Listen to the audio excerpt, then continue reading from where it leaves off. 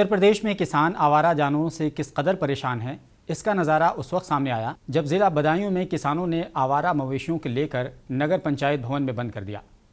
किसानों ने इसकी जानकारी डीएम और मकामी एमएलए को भी दे दी।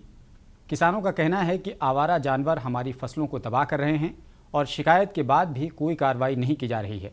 जैसे ही नगर पंचायत में मवेशियों के बंद होने की इत्तला मिली, फ़ौरन सरकारी महकमे में अफरा तफरी मच गई और किसानों को समझाने की कोशिशें शुरू हो गई।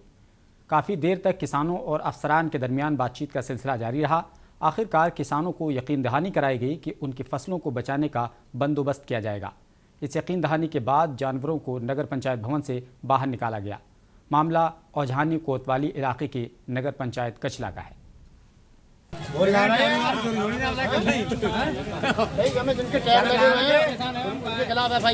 सरकार के कर्मचारी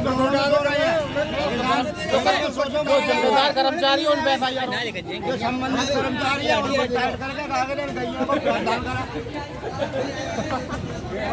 6 महीना को आगे सालों सजा लो, 5-5 हजार रुपये जुर्माना।